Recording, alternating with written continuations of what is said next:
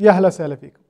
راح نتكلم اليوم عن المنصوب، لأن أحد المتابعين سألني قال لي أنت ذكرت سابقا أن المنصوب من أسس الدامة السبعة، ليش ما ذكرته؟ أنا ما نسيته، ولكن يعني تركته لسبب، ونعم من الأسس، صحيح من أسس الدامة، ولو كنت أنا ألف كتاب راح أخصص باب اسمه باب المنصوب، ولكن ليش تغافلت عنه؟ لأن ما في شيء جديد، ما في فكرة جديدة. المنصوب ما هو إلا عبارة عن مجموعة من العكاكيز أو النغرات، يعني ما في فكرة جديدة أقدمها وأذكر لكم إياها، ما لها قاعدة معينة. فلو نلاحظ المنصوب شنو هو المنصوب؟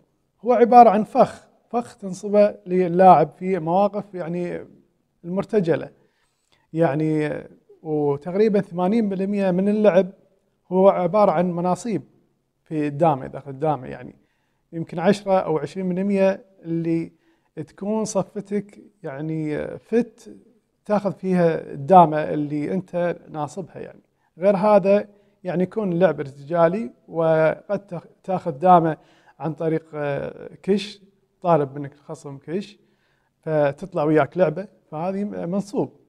أو عندك حجر متقدم، أو يعني اللعبات مثلا قد تكون أحجار متشابكة، وقد تكون المنصوب مثلا أنت تطلب من الخصم كش ويكون هذا الكش حكم، مثلا إن سكر تطلع عليه لعبة وإن وخر تطلع، وهكذا. هذا المنصوب، وباب مهم وهو من أسس الدامة، نعم صحيح أنا أعترف بهذا الشيء، ولكن يعني أنا في القناة أشرح القواعد، كل دامة ولها قاعدة. المشكلة المنصوب ما له قاعدة يعني واضحة، يعني أو لها قاعدة يقول لك أن المنصوب أنك تأخذ الدامة بهالطريقة، ما في بهالشيء في المنصوب ولا في الأحجار المتقدمة أو المتشابكة، ما لها قاعدة ثابتة. لذلك مثلا أنا تركت باب الأحجار المتقدمة أو المتشابكة. فالمنصوب يعرفها كتاب الداعوق، يقول المنصوب، شوف هذا من كتاب الداعوق، لعبة الدامة، إعداد محمد علي الداعوق. شو يقول في باب المنصوب؟ المنصوب في لعبة الدامة يعني الخطة التي يحضرها اللاعب حسب متطلبات الوضع فوق الرقعة، إلى أن يقول: وعلى هذا الأساس فالمنصوب قاعدة عامة يتفرع عنها الكثير من الألعاب تحت أسماء عديدة. وإلى أن يقول: الجدير إيضاحه أن ألعاب كنار يمين وكنار شمال ووسط الدور السابع، وأيضا لعب الكنار والوسط الدور الثامن، ويسميه الدور الثامن اللي احنا تكلمنا عنها، وهو الوسط الواصل أو كنار واصل، أدرجت في لعب المنصوب. فالمنصوب يشمل كثير من العكاكيز والنقرات. يعرف ناصف اللحام المنصوب، يقول: هو من نصب المصائد لأخصامه، يعني لخصومه، لإيقاعهم بشباكه. فهذا هو المنصوب. ومع هذا حضرت لكم كم لعبة في باب المنصوب. شوفوا معي هذه الوضعية. مثل هذه الوضعية ما أقدر أقول لك صف هذه الصفة، فالخصم ما راح يخليك، ولكن قد تحدث. وهذه الصفة تدرج في باب المنصوب.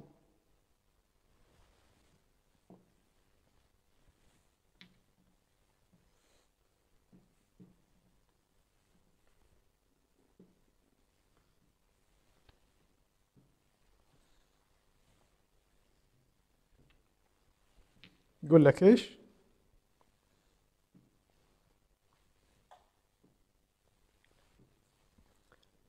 صارت نقرة.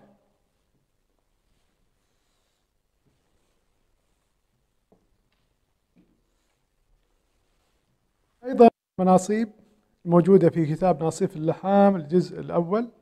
أيضا من المناصيب الموجودة في كتاب ناصف اللحام الجزء الأول قايل لك إيش؟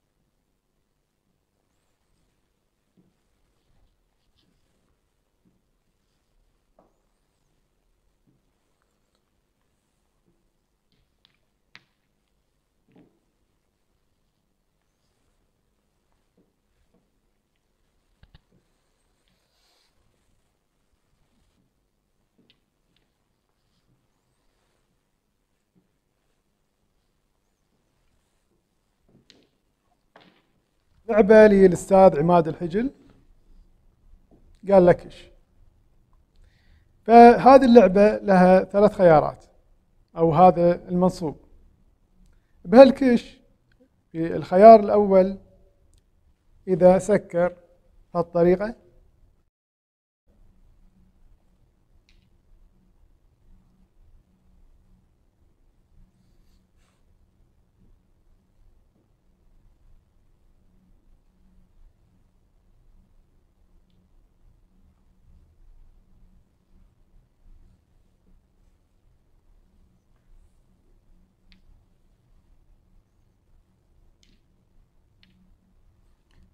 يرد شيخه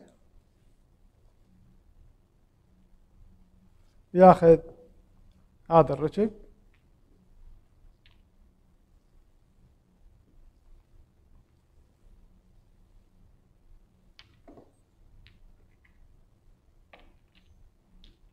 ويركب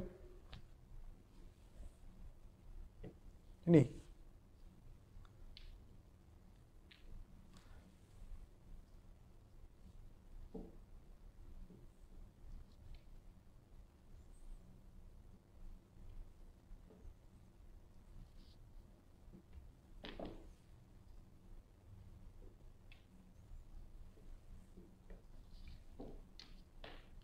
في الخيار الثاني إذا قال لك إيش، المرة إذا قلنا سكر من الدي إلى السي يعطي واحدة، مجبور ياكل هني.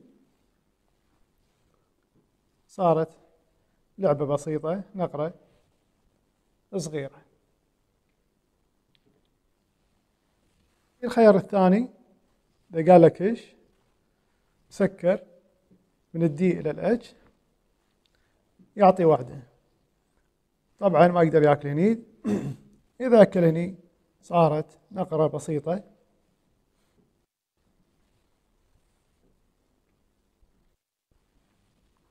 وفي الخيار الثالث إذا قال لك إيش،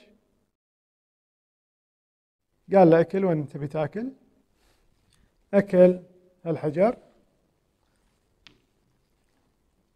بعدها أخذ هذه اللعبة. فهذه كلها تسمى مناصيب.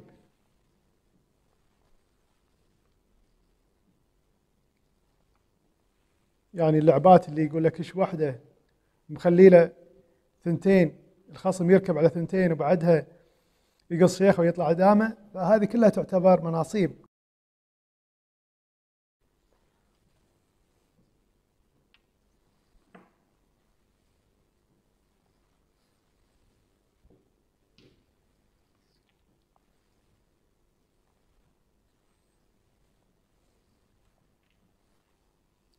يرد شيخه، بعدها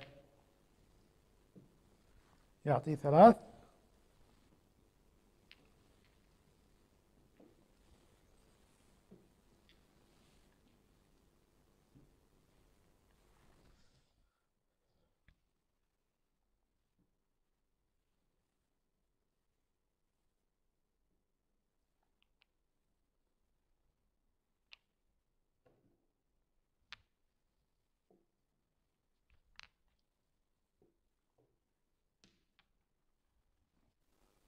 وصلنا معكم إلى نهاية المقطع، والمنصوب يأتي من خلال خبرتك في الدامة وعمق تفكيرك، تظهر لك الدامات من خلال مواقف معينة غير مألوفة.